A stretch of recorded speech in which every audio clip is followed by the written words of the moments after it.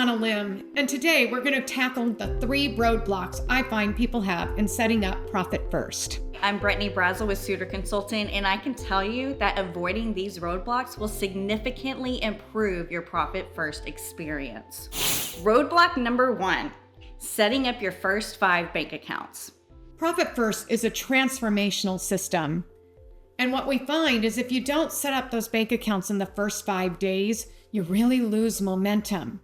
You lose the opportunity to start tackling your cash flow problems. So a few common reasons why people resist setting up their bank accounts is because, for one, they think it's a little too difficult to deal with all the auto payments. I hear, I don't want to change where all my auto payments are going. I don't want to change where my income goes. I can't change where my payroll's coming out of. If you don't shift, you will stay stuck. We have to get comfortable being uncomfortable. We have to make some changes. Overall, we have found that there is an 85% chance of delaying the Profit First transformation if you don't set up these bank accounts within the first 5 days. And that delays the gratification for you in learning how it feels to have financial freedom. So how do we solve for this at Sooter Consulting? We do a kickoff call with our clients in the first 5 days. If they haven't already set up their accounts, and it can be done online, we just have them do it while we're on the phone with them. We'll hold your hand all the way through the process, from beginning to end. Let's open those bank accounts together. So I had a client that really delayed setting up her bank accounts, and we were still working on those bank accounts when we did our first Profit First celebration. But along those 90 days, those first 90 days that are critical, it was really hard to track her income. It frustrated her, it frustrated me. Ultimately, the client ended up disengaging with the system and is now struggling with cash flow issues. I have a new insurance agent, and he wanted to start off his business with Profit First. And he was very enthusiastic, and he opened all the bank accounts. I started doing the allocations with him, and I could see the money moving into profit account and tax account. He would move the funds to the appropriate accounts, but then a few days later, he would move all the money into the OPEX account. This created cash instability. He stopped showing up to our monthly calls to get assistance from us on how to handle the issue of when he was short on funds. He's just not making it. He's not keeping his business afloat. It's really important to keep in touch with your Profit First professional. They can help you when you have trouble in the OPEX account. So I had an attorney that started the Profit First system with me, and he was wonderful at opening all the bank accounts. And he started doing the allocations, but income was a little bit off, and it was scattered around a couple of different accounts, and we were struggling to figure out what the income allocation should be. He was good at coming to the meetings at first, and then he stopped.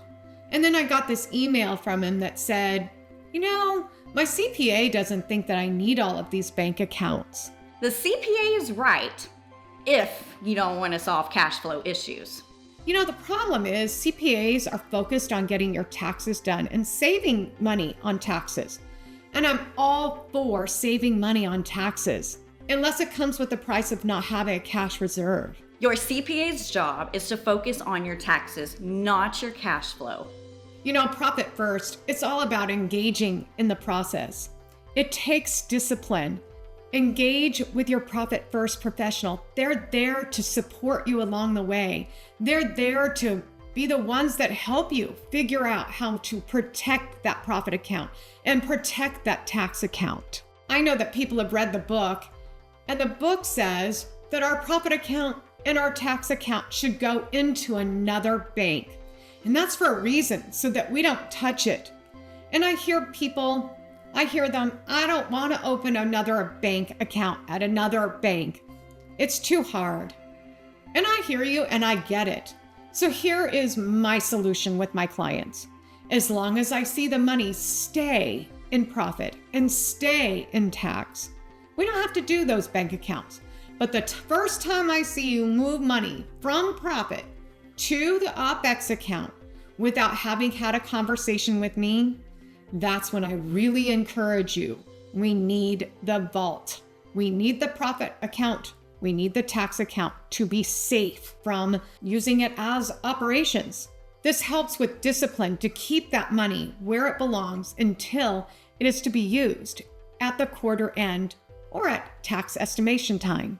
Profit First should work with our natural habits. And when you're setting up your 5 basic accounts, you're going to look at the account that you're already using and you're going to say, do I have more expenses automatically tied to this account, or do I have more income tied to this account? So if you have more expenses, it becomes your OpEx account. If you have more income coming into that account, then obviously that's your income account. I had a medical professional that wanted to start using Profit First. And she looked at me and she goes, oh, I have all the insurance companies putting their money into this account.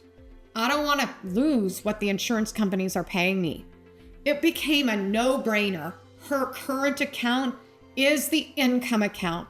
And we decided to change all the auto expenses into a brand new account. So it's about using your natural habit. Don't go against the current, go with your natural habit. Now, I've had a lot of people, including myself, do the 1% challenge. And we just simply had our operations account and our savings account. Then we decide we're going to go all in on Profit First. But that creates a problem. What to do with all the money that we've collected in that savings account? You can do a couple of things, and this is how I handled it. I decided right off the top I was giving a portion of money to my financial advisor. Go off, invest it, make some money for me. Then I decided I need a cash reserve. So we kept some of that money in that savings account. And the rest of the money, I chose to do a profit allocation. So I was funding my profit account, my tax account, my owner's pay, and the OpEx with everything that was left in that savings account. This kept Donna from feeling like she had a ton of money to spend. And then I was able to start working with the profit allocations rhythm of every 2 weeks. So why am I telling you this? Because I've had to make this transition from the Profit First 1% challenge to a full Profit First rollout. Now, if I can do it, you can do it too. Roadblock number 2, cutting costs by 10% in quarter 1. You know, the next biggest struggle I see clients with is taking the time to cut the first 10%. They will have all their accounts going, but they can't find the time to get into the bones of their business to cut that first 10%. What will it do to them if they don't do that? If you delay cutting costs in the first quarter, it's going to be so much harder to do it in the second because the momentum has been lost and old habits start to return. We can't really increase allocations in quarter 2 if we haven't increased capacity for that. How do you increase capacity? We got to cut costs. If you don't already, you need to work with your bookkeeper because Profit First is a cash flow management system, but it's highly important to have clean books. And your bookkeeper is the one who knows where all your money is going better than anybody else. I'm going to encourage you to get your profit and loss detail report out. That's a big giant report that your bookkeeper can give you. Don't look at that income line. We're focused right on the expenses. Go through it line by line. Ask yourself, is this a nice to have or is it muscle? What's the value that that expense brings you? Sometimes we have to cut expenses to be able to move forward. We're looking for low-hanging fruit in that first quarter.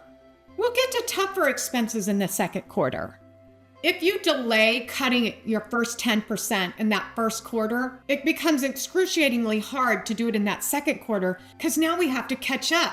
You have 10% for the first quarter and 10% for the second quarter because the only way to do a rollout plan and increase the profitability is creating capacity in our operations. That means we'll have to go back and do another round of cutting costs. In that second quarter, we're going to do similar stuff. We might have different things because we're looking for another profit margin.